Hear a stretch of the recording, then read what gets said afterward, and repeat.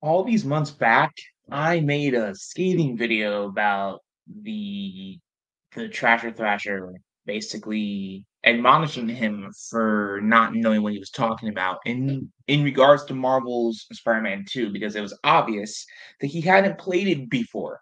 And he was just chatting to chat and saying stuff that he had no business really saying because he didn't know what he was talking about. Well, I still think that he didn't know what he was talking about, but here's the thing. Looking back on it, playing through the game one more time myself before currently playing it on the channel, which you can go and look at it here. Um,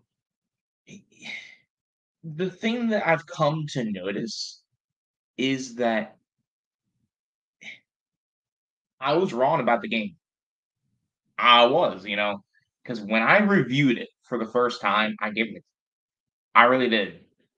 I gave it a 10 because I think it was the spectacle of it. And I really loved it. And you know what? There's parts of me that still do genuinely love it. I think it's badass. I I think that the black suit stuff, badass. The web wings are badass. Performance mode is badass. Super awesome, super cool. But it took my brother and I talking it over a lot, and then me playing through the game one more time for, like I said, playing it for the channel again, in order for me to realize that this game is not a 10. It is nowhere near it, and it does not deserve to be there. So for all of the Spider-Man fans, all the Spider-Man 2 apologists upset that this didn't get Game of the Year, Baldur's Gate 2 deserved it over this. Okay. And this is coming from someone who gets upset a lot that the game awards, just the award shows and stuff in general, don't get the winners right a lot of the time, whether it comes to music or movies or games. But what I would say is that this game did not deserve to win Game of the Year. Here's the thing, okay? Performance-wise, this game is phenomenal. And I really am not saying this just to say it. The way that the game moves, the smoothness of it has never I have never played a game that is as smooth as this game. The way that things flow, the performance mode is gorgeous, and it feels so just you're so buttery, but you're also silky and smooth, and it's just so amazing, and the wings add so much more to the traversal. The swinging is at its best in this game. The swinging is the best part of the game, honestly, really. The swinging and the traversal and the black suit combat is freaking amazing. It's so cool. And now here's the thing though, and this is where I get into my problems with this game, because the people that made this saw sorry, I'm tired. The people that saw this saw what Web of Shadows did a long time ago, 2008, 2009. And I have that game on PS3. I I love that game. Um, so they saw what Web of Shadows did, and you know what they did? They basically were like, "You can copy our homework, but just change it ever so slightly." And so they changed it ever so slightly, and yeah. Um, so the thing that I've come to realize is that it's basically kind of the same plot, except Harry Osborn is Venom and not Eddie, which, I thought it was gonna be okay at first that Venom was or that Harry was Venom. I thought I was gonna be okay with it, and I was at first. You know why? Because that Venom section sold me. Oh my god. That is the best part of the game. I don't care about spoilers now. The Venom part of Spider-Man 2 is the best part of the game. They didn't advertise that you could play as Venom, and that was so cool. That was badass. So here's the thing, okay? you copy Web of Shadows in the sense that it's a symbiote invasion and no one's there to help Spider-Man, and except for Miles, of course. But the thing with Web of Shadows was that, and this goes for both this goes for both games. I don't have rose tinted glasses. Venom would not do this in either scenario. That's out of character for Venom. Because Venom's whole purpose when he first is a villain is to get revenge on Peter Parker. So he hurts people closest to Peter, not the entire city, not all of New York.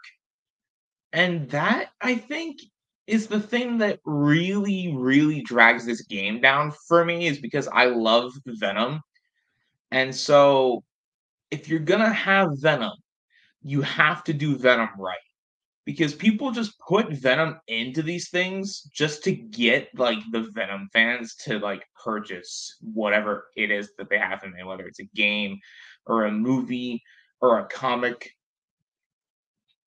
whatever you're trying to sell, you just put Venom in it. It's like how people put Joker into literally everything, or they put like Ahsoka into like everything in order to get people to tune in. But Venom, you have to get Venom right. You have to get Venom right. And Venom has not been used right, except for maybe the Tom Hardy movies. In terms of like the mainstream, Venom has not been used right. So everyone thinks that Venom is a villain because no one knows any better, because these people don't show them that there is anything better. And so that's where the problem comes in, is the fact that Venom was done wrong in this game, and now there are people that, legitimately think that Venom is this evil monster who sends out symbiotes to invade cities. Which, first of all, if you want to talk about the canon, that can't happen either. Now, I know what you're gonna say. I'm some, mouth breathing comic nerd who, only cares about the canon stuff. Listen, okay? There is an established lore and a canon to the symbiotes and Venom. Venom cannot do what he does in either Web of Shadows or Marvel Spider-Man 2. He physically cannot do that. Okay? He can create maybe one or two symbiotes, not thousands upon thousands of them at once at base. Okay? That's Carnage's department, not Venom's. Okay? So I'm just saying, if you're gonna have a symbiote invasion, just do Carnage. He's right there in the city. He's right there. He's right there. But they had to have a personal connection, because Peter can't just fight a normal ass villain. He has to fight someone that means something to him, because that's what hits the hardest. They did it pretty well in Spider-Man PS4, but then they just had to do it again for the third time. For the third time. The Miles game, it makes sense because that was about Miles and Finn. But in this game, let's be really honest here. There is no reason for Harry to turn evil. None. None. There is. Why? Because Peter told him to go and pop some more pills. Boo hoo, bro. Boo hoo. Harry never got fucking bullied in freaking school. Okay? That's obvious. At least this version didn't. Because that insult turned you evil, bro. That insult turned you evil. Peter didn't do anything to you to warn you turn it into Venom.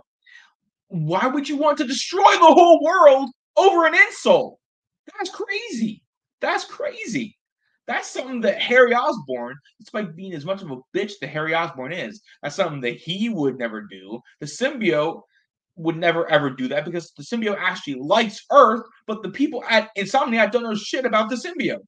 They don't. I'm sorry. They do not know about the symbiote, which is why I'm hype for Venom, the new Venom game. But I am very, very, very, very, very cautiously optimistic.